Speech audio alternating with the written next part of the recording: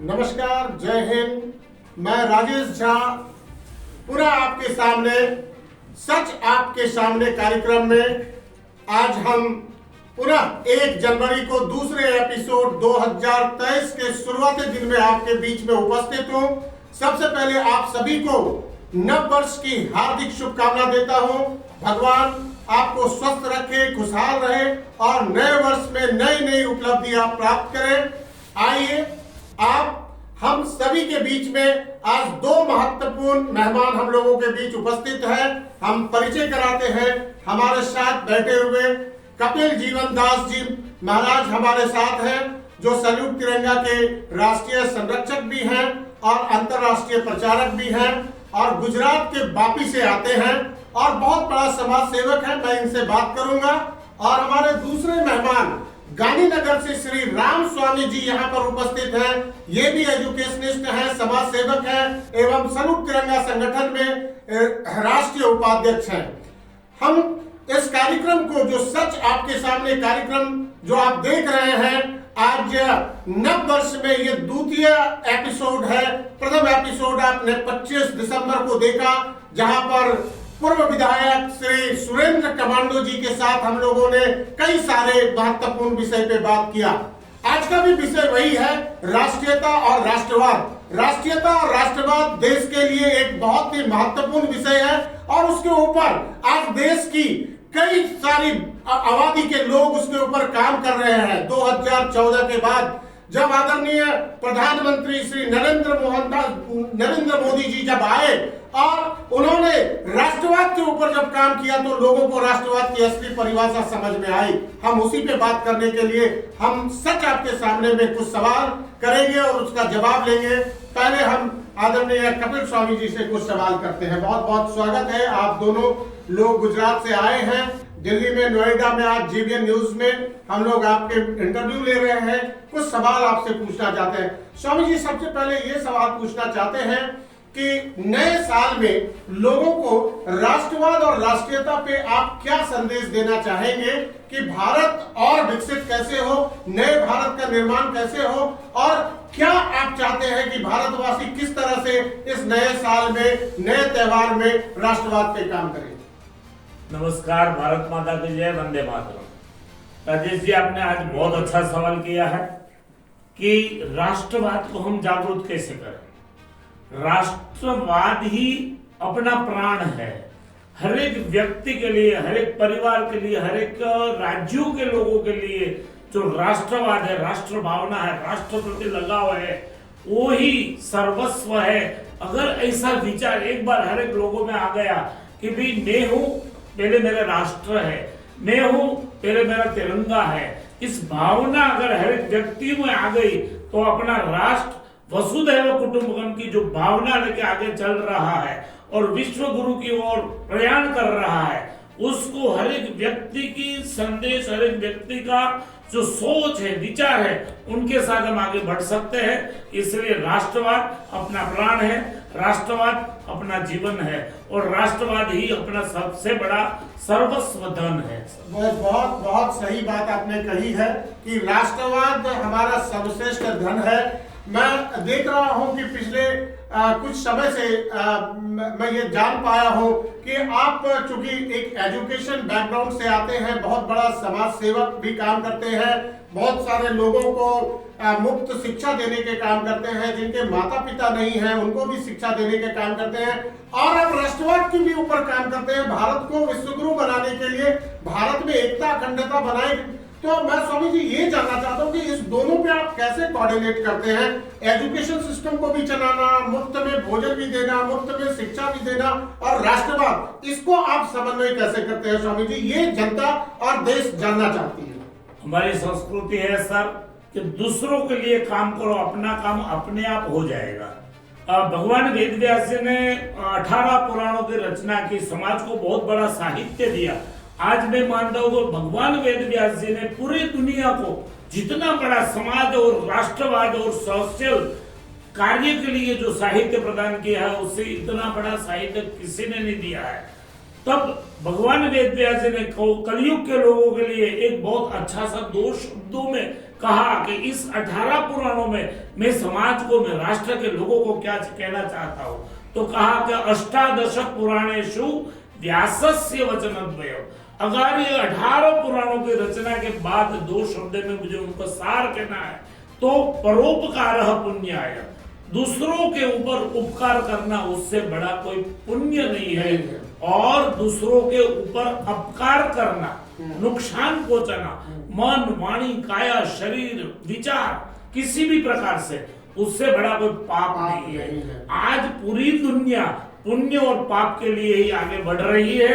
अगर अच्छे से अच्छा पुण्य कमाना है, अच्छे से अच्छा आपकी संस्कृति को आगे बढ़ाना है और राष्ट्र की उन्नति आप अगर चाहते हो तो दूसरों के ऊपर उपकार करो, दूसरों को कुछ अच्छा दो, दूसरों को भोजन दो, कपड़ा वस्त्रहीन लोग है उसको वस्त्र दो, जिसके पैर में चप्पल नहीं है उसको चप्पल दो, जिसको अभ्यास की आवश्यकता है उनको शिक्षा का प्रदान करो। आपका राष्ट्र अपने आप तरक्की बढ़ेगा और हर एक व्यक्ति अपना भाग्य वो आगे बढ़ा पाएगा। जी स्वामी जी बहुत अच्छा बात कर रहे हैं। मैं थोड़ा सा इससे कुछ और विशेष बातों पे आता हूँ। थोड़ा राजनीति की भी बात आपसे जानना चाहूंगा, क्योंकि वैसे तो आप राजनीति को दूर से ही साध रहे हैं, लेकिन स्वामीनारायण जो ट्रस्ट है उनका भी बहुत सहयोग रहता है। अभी हम पिछले महीने में देखे, आज हम नए साल में आ गए हैं, लेकिन दिसंबर में 8 तारीख को जब चुनाव परिणाम आया तो चूंकि आप लोग गुजरात से आए हैं और लोगों को ये जानने की बहुत इच्छा है कि इस बार जो वहां की वोटिंग के जो रिजल्ट आई वो बहुत ही ऐतिहासिक आया। कभी भी गुजरात में 182 सीट में 156 सीट नहीं आया था। तो भारतीय जनता पार्टी में या मोदी जी की करिश्मा है या गुजरात की सरकार की करिश्मा है या वहां के जनता के लोगों में को भारतीय जनता के पार्टी पे एक बहुत ही भरोसा है। क्या रीजन है कि ये एक रिकॉर्ड तोड़ रिजल्ट आया? इसके पीछे आपका क्या सोच है? देखो सर, राज्य का जो विकास हो रहा है मोदी जी के माध्यम के द्वारा, आज हिंदू संस्कृति को बचाने के लिए हर एक व्यक्ति अपनी कोशिश करता है, लेकिन जब राष्ट्र धर्म और आध्यात्मिक मार्ग दोनों एक हो जाए तब इस राष्ट्र की उन्नति होती है। और राष्ट्र की उन्नति के पीछे हर एक सिटियों की, हर एक गांव की और हर एक परिवार की और हर एक व्यक्ति की उन्नति होती है। आज कई लोग बाजार में आए अपने अपना पक्ष लेके, अपने अपने झंडे, अपने अपने निशान लेके, कोई बोलता है मैं बीच फ्री में दूंगा, कोई में बोलता है मैं मुफ्त दूंगा, कोई बोलता है। लेकिन गुजरात के लोगों ने एक किसी की बात ना सुन के उसने एक ही सोचा कि आज मैं फ्री लूंगा तो मेरे राष्ट्र को बहुत बड़ा नुकसान होने वाला है। मेरा राष्ट्र अगर इस प्रकार फ्री हर एक व्यक्ति फ्री लेने लगेगी तो मेरे परिवार को नुकसान होने वाला है, मेरे युवा लोगों को नुकसान होने वाला है, सब अपना कार्य बंद कर देंगे। इसलिए हमको मुफ्त कोई भी नहीं चाहिए। हमको हमारे शरीर के ऊपर खड़ा रहना है, हमारे मस्तिष्क के ऊपर, हमारे पैरों के ऊपर खड़ा रह के हमको हमारे राष्ट्र का विकास करना है। गुजरात की जनता को मैं अभिनंदन देता हूँ कि रिकॉर्ड ब्रेक सीट दिया है 156, 182 में से, वो बहुत बड़ी बात है। और उसमें भारत राष्ट्र के हर एक व्यक्तियों का बहुत बड़ा सद्भाग्य है कि आज नरेंद्र मोदी साहब जैसे हमको दिव्य महापुरुष भगवान की कृपा से मिला है। और पूरे राष्ट्र का संचालन वो आध्यात्मिक दृष्टि से, वो व्यावहारिक दृष्टि से, वो विकास की दृष्टि से, सबका साथ, सबका विकास, सबका विश्वास, ये बातों के साथ आज जब चल रहे हैं तो गुजरात की पब्लिक ने तो ये शुरुआत की है। मैं मानता हूँ कि हर एक राष्ट्र के हर एक राज्य में यही शुरुआत होगी और एक दिन हमारे पूरे राष्ट्र के अंदर इस प्रकार के आध्यात्मिक लोग शासन करेंगे और राष्ट्र को विश्व गुरु बनाएंगे। स्वामी जी बहुत ही आपने तर्कपूर्ण बातें कही है। अभी आप बैठे हुए हैं उत्तर प्रदेश में, उत्तर प्रदेश के नोएडा में बैठे हुए हैं, जीबीएन न्यूज में हम लोग बैठे हुए हैं। दो लोग जो अभी महत्वपूर्ण हैं, एक भारत में जो प्रधानमंत्री हैं वो आदरणीय मोदी जी हैं और उत्तर प्रदेश में जो मुख्यमंत्री हैं वो आदरणीय योगी जी हैं और ये दोनों सन्यासी रूप में हैं। तो रामायण में ये बोला गया है एक जगह पर कि सन्यासी से बड़ा राजा कोई नहीं हो सकता, क्योंकि उनको तो कोई लोभ नहीं है, वो देश में केवल विकास करने आए। 2014 से पहले जो भारत में स्थिति थी वो वहां पर लूट खसोट करप्शन बहुत ज्यादा देखने मिलता था। उत्तर प्रदेश की जो स्थिति थी वहां पर भी आपने देखा कि किस तरह से व्यवस्थाएं थी। तो आप योगी जी और मोदी जी को किस रूप में देखते हैं और आगे इनका जो टर्म है वो कहां आप देख रहे हैं 2024 में या 2029 में या आने वाले समय में भारत में राष्ट्रवाद को लेके या ये जो भारतीय जनता पार्टी को लेके किस तरह की सोच मन में चल रही है आम जनता की? साहब, मोदी जी और योगी जी हमारे राष्ट्र के दैविक महापुरुष है और वो आध्यात्मिक जो हमारे ऋषि मुनियों ने आध्यात्मिक मार्ग बताया है उसी रास्ते पे चल के राम राज्य की भावना से आगे बढ़ रहे हैं। वेदों में कहा है कि अयम निज परो व्यक्ति गुरु नाम लघु चेतसा उदार चरिता नाम तू वसुधैव कुटुंबकम। जो मेरे लिए सोचता है, जो खुद के लिए सोचता है, जो दूसरों के लिए सोचता है, ये तो सोच बहुत बड़ी सही सोटी है। लेकिन उदार चरिता नाम तू, जो दूसरों के लिए, विश्व के लिए, समाज के लिए, राष्ट्र के लिए सोचता है, उनका विकास हमेशा आगे बढ़ता है। और इसलिए कहा है कि भारतीय जो संस्कृति हमारी है वसुधैव कुटुंबकम, पृथ्वी पर जीने वाला हर एक जीव एक परिवार है और उस परिवार का मुखिया आज नरेंद्र मोदी है। सर, हमने देखा 2 युद्ध चल रहा है अपने रशिया के साथ, तो भारत खाली मोदी साहब ने कहा कि जितने भी लोग युद्ध में फंसे हैं, कोई भी कंट्री में हो, कहां पे भी हो, अगर युद्ध में से निकलना है हाथ में तिरंगा ले लो और तिरंगा जिसके हाथ में है उसको कोई कुछ नहीं करेगा। तो योगी जी, दूसरे देश के बच्चे भी तिरंगा लेके, बांग्लादेश के, श्रीलंका के, पाकिस्तान के बच्चे भी तिरंगा लेके यूक्रेन से बाहर आए। तो इसलिए तो कहा है कि भारत एक विश्व गुरु है। भारत अपने खाली भारतीय लोगों को बचाने के लिए नहीं है। पाकिस्तान जो भारत का सबसे बड़ा दुश्मन आज बन के बैठा है, उनके युवाओं ने, उनके विद्यार्थियों ने भी हाथ में तिरंगा लेके अपना प्राण बचाया। यही सबसे बुरा विश्व गुरु बनने का एक मार्ग है और योगी जी ने और मोदी जी ने यही रास्ता राष्ट्र के लोगों के लिए खंडार किया है। उसी पथ पे चलो और आगे बढ़ो। स्वामी जी, एक बहुत ही महत्वपूर्ण विषय, अब कुछ सवाल हमें राम स्वामी जी गांधीनगर से आए उनसे भी करेंगे, लेकिन मैं एक बहुत महत्वपूर्ण विषय जानना चाहता हूं कि अभी आपकी यात्रा 3 महीने की अमेरिका की थी। अमेरिका भी आप बीच बीच में जाते रहते हैं, अन्य देशों में भ्रमण करते हैं, तो वहां पर राष्ट्रवाद के लिए भी आपने कई सभाएं की है, बहुत सारी भीड़ आ रही थी। भारत में 500-700 लोगों की सभा नहीं होती है। आपने कई सभाएं वहां पर अलग अलग राज्यों में, स्टेट्स में किए। वहां पर राष्ट्रवाद को लेकर लोगों में क्या माहौल है, ये एक छोटा सा टिप्पणी मैं आपसे चाहता हूँ। सर, मैंने बिल्कुल कोशिश किया है। एक दिन भारत की हालत थी कि भिखारियों का देश था, एक बाबाओं का देश था, एक गंदा देश था। लेकिन नरेंद्र मोदी साहब के आने के बाद में 100% इंडियन पब्लिक को तो कहना चाहता हूं, लेकिन पूरी दुनिया में जहां जहां लोग विश्व में बसे भारतीय लोग, वो अपना गौरव महसूस करते हैं। और जब भी राष्ट्रीय तिरंगा की बात आती है, सैल्यूट तिरंगा की बात आती है, या तो राष्ट्र भावना की बात आती है, तब 200-200 किलोमीटर से लोग अपना ड्राइव करके अपने फैमिली को साथ में लेके, छोटे छोटे बच्चों को लेके अपने भारत के गौरव को बढ़ाने के लिए हमेशा वहां इकट्ठे होते हैं। मैंने अमेरिका में 8 से 10 बड़े बड़े प्रोग्राम किए। 500 लोग गुजरात से या तो किसी राज्य से इंडिया के, लेकिन लोग 200-200 माइल से ड्राइव करके राष्ट्र भावना की बात सुनने के लिए आए हैं। मैं आपको अभिनंदन देना चाहता हूं कि आपने सैल्यूट तिरंगा नाम की जो एनजीओ बनाई है, आज पूरे विश्व में वो व्यापक हो चुकी है और विश्व के लोग चाहते हैं कि भाई हम भी सैल्यूट तिरंगा के साथ जुड़ के हम राष्ट्र भावना और राष्ट्र भक्ति क्यों समाज को ना दिखावे। ये भी हमारे लिए बहुत बड़ा गौरव होगा। तो विश्व में जहां भी इंडियन लोग गए हैं, उनको बहुत बड़ा अपने राष्ट्र के लिए गौरव है। आज बहुत बहुत धन्यवाद। हमारे बीच में कपिल स्वामी जी ने अपना बहुत ही महत्वपूर्ण सच एक सामने कार्यक्रम के माध्यम से लोगों के बीच में अपनी बात बेबाकी से रखी है। उसी तरह हमारे बीच में गांधीनगर से बहुत बड़े एजुकेशनिस्ट हमारे बीच में श्री राम स्वामी जी हम लोगों के बीच उपस्थित हैं। हम उनका भी स्वागत करते हैं हृदय की गहराइयों से।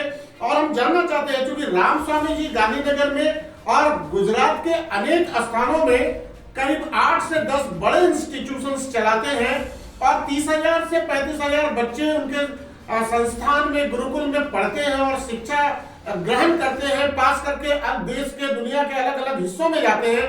तो मैं ये जानना चाहता हूँ रामस्वामी जी आपसे कि आप राष्ट्रवाद और समाज सेवा में क्या समझते हैं, क्या डिफरेंस है बेसिक, और इसका समन्वय कैसा होना चाहिए ताकि एक अच्छे और नए भारत में लोगों को राष्ट्रवाद और राष्ट्र के प्रति प्रेम बढ़े। जय भारत। राजेश जी, सबसे पहले मैं आपको और कपिल स्वामी जी को धन्यवाद करूंगा। और आपने जो प्रश्न किया है उसके हमारे भारतीय महापुरुषों, सनातन महापुरुषों ने, भारतीय संस्कृति के महापुरुषों ने बताया है कि हमारे देश के जो पिछड़े लोग हैं उनको आप मदद कीजिए और आगे बढ़ाइए, और समाज सेवा के साथ साथ राष्ट्रवाद भी, शिक्षा के साथ राष्ट्रवाद भी उनको शिक्षित कीजिए, तो लोगों में राष्ट्र भावना भी जगेगी, राष्ट्र के प्रति प्रेम भी बढ़ेगा।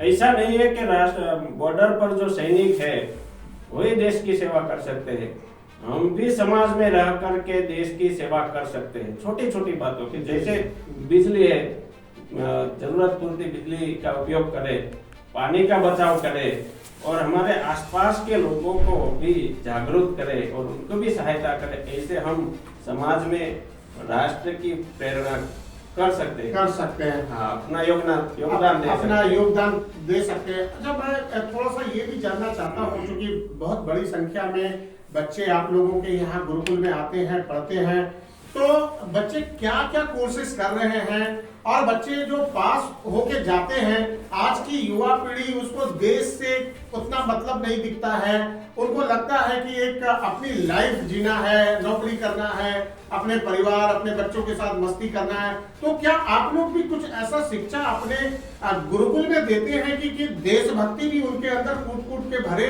ऐसा कुछ योजना पे काम करते हैं? क्योंकि 30,000 बच्चे एक बहुत बड़ी संख्या होती है। हाँ राजेश जी, बहुत अच्छा प्रश्न है। हम छोटे छोटे प्रोग्राम से बच्चों में राष्ट्र प्रेम का एजुकेशन देते हैं।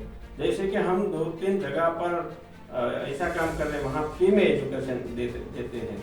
वहाँ छोटे बच्चों से लेकर बड़े बच्चे भी पढ़ते हैं।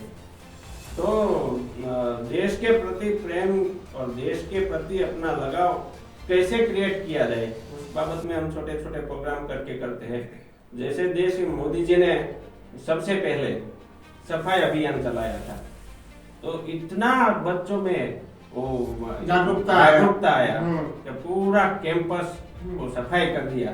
तो छोटे बच्चों में और बड़े जो हमारे कॉलेजियन बच्चे हैं उनमें भी मोदी जी का ये जादू चल गया था। बहुत बहुत धन्यवाद। अभी आप देख रहे थे सच आपके सामने कार्यक्रम, और इस कार्यक्रम के माध्यम से अभी आपने देखा कि 2 देश के महत्वपूर्ण स्वामी हमारे बीच में उपस्थित हुए, और नए साल के इस मौके पे इन्होंने समाज में राष्ट्रवाद को आगे बढ़ाने के लिए, राष्ट्र को एक नए भारत का निर्माण करने के लिए, विश्वगुरु बनाने के लिए युवाओं का इन्होंने जिक्र किया, महिलाओं का जिक्र किया, इन्होंने देश में हर एक तबके के लोगों का जिक्र किया है। और इनके इस माध्यम से हमें ये उम्मीद है कि आपको ये शो बहुत पसंद आया होगा। और आज देश में नववर्ष के दिन है, और 1 तारीख को हम ये एपिसोड लेके आपके बीच आए हैं।